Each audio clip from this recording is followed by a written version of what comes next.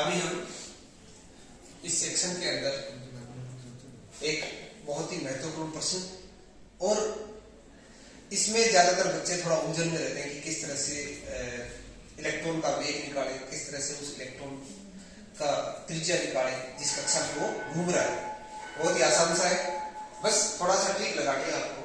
सबसे पहले यदि आपको इलेक्ट्रॉन की त्रिज्या निकालनी है तो क्या करना है, पहली पोस्टुलेट, पहली अभिधारणा, और की अभिधारणा लिखो।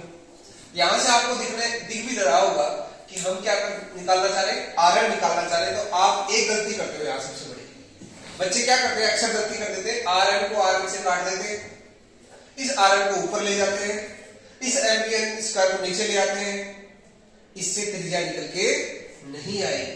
ध्यान रखो, क्यों, आपने 10th क्लास में पढ़ा है कि यदि दो डिपेंडेंट वेरिएबल्स हो, यानी x और y एक समीकरण में दे रखी हो, तो कभी भी x और y का मान आप नहीं निकाल सकते। दो वेरिएबल तो दो समीकरण, एक वेरिएबल तो एक समीकरण से काम चल जाएगा। जैसे 2x = 5, x = 5/2 हो जाएगा, पर 2x + y = 5 है, न कभी भी आप x और y का मान नहीं निकाल सकते। एक ग्राफ बना सकते हो माइनस इनफाइनाइट से प्लस इनफाइनाइट, पर x की वैल्यू नहीं निकाल सकते, न y की वैल्यू निकाल सकते। तो दो समीकरण चाहिए उसके लिए, है ना। तो ऐसे ही यहां पर भी दो वेरिएबल कौन से हैं जो चेंज हो रहे हैं, एक तो वेग चेंज हो रहा है इलेक्ट्रॉन का, और एक इलेक्ट्रॉन की कक्षा चेंज हो रही है। तो दोनों वेरिएबल है तो दो समीकरण चाहिए। तो दूसरी समीकरण कौन सी है अपने पास, दूसरी अभिधारणा क्या कहती है, mvn = nh/2π। अभी पढ़ के आए आप जस्ट। इसकी सहायता से हम इसमें rn का मान निकालेंगे, और इसकी सहायता से हम vn का मान निकालेंगे। कैसे निकालेंगे देखो।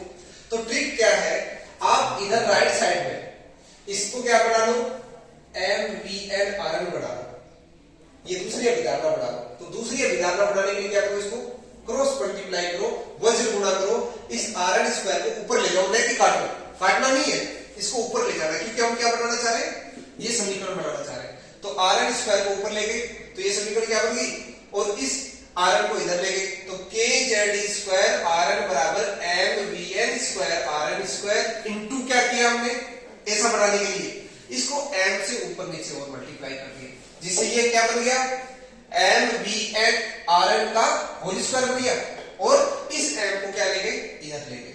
तो अब ये बन गया kmz² rn = mvn rn का होल स्क्वायर। अब इस mvn rn का मान हम क्या रख सकते हैं, दूसरी अभिधारणा से रख सकते हैं। रख दिया, बहुत ही आसान सा काम। अब दिक्कत नहीं है, समस्या बस यहीं पर है, यहाँ थोड़ा सा आप इसको देख लेना।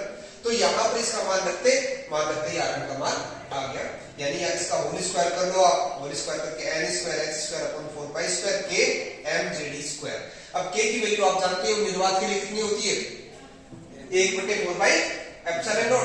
तो इसका k की वैल्यू रख दी, 4π से 4π कट गया, ε0 बचा, वो ऊपर चला गया तो ये बन गया rn =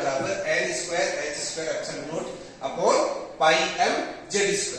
ठीक है, इस पर आधारित न्यूमेरिकल भी आते हैं, ध्यान रखना। कई बार क्या है कि आपसे पूरा डेरिवेशन नहीं पूछ लेता है, कभी ये भी पूछ लेता कि आप कोई परमाणु है और उसमें 5वीं कक्षा क्या क्या निकालना है, आपको त्रिज्या निकालनी है, दूसरी कक्षा की त्रिज्या निकालनी है। हाइड्रोजन के लिए तो विशेषकर पूछते हैं, क्यों, और हाइड्रोजन वाले में आपको ज्यादा इंफॉर्मेशन भी नहीं मिलती है, क्यों, जेड का मान आपको पता होता है, जेड का मान याद रखना होता है, एन का मान 1 दे दिया, और आपको ये सारा सॉल्यूशन करना है। सिर्फ यही बोल देगा कि हाइड्रोजन की प्रथम कक्षा में इलेक्ट्रॉन की त्रिज्या क्या होगी, उसका वेग क्या होगा। तो हम इस फॉर्मूले की सहायता से हम पता कर सकते हैं। अब वेग वाला और देखते हैं, वेग किस तरह से निकालते हैं। तो अब आपको एक वेरिएबल आ गया, इस वेरिएबल को किसी भी एक इक्वेशन में, जो आपकी पहली अभिधारणा है या दूसरी अभिधारणा है, किसी भी एक वेरिएबल में, जैसे 10th क्लास में करते थे वैसे ही काम आपको यहाँ करना है। एक वेरिएबल आ गया, उस वेरिएबल को उस समीकरण में रख दो और दूसरा आ जाएगा। जैसे हम इसको आसान तरीके से दूसरी अभिधारणा में लिखेंगे, पहले में भी लिख सकते हो, पहले में भी करोगे तो सेम ही रिजल्ट आएगा। तो दूसरी में लिखेंगे तो क्या आ जाएगा, mvn rn = nh/2y। यहाँ पर rn की वैल्यू रखो, rn को नीचे ले जाओ और वहां पर मान रख दो, काट के क्या आ जाएगा है, vn = ze²/2nh/ε0। इन दोनों का थोड़ा वैल्यू भी आप जैसे एग्जाम टाइम में तो फॉर्मूला तैयार जरूर करके जाना, क्योंकि फॉर्मूला भी आपको बहुत काम आता है, पर भूल जाओ। अक्सर अपना माइंड क्या रहता है, भूलने की आदत रहती है, पुनरावृत्ति नहीं होती, भूल भी जाता है इंसान।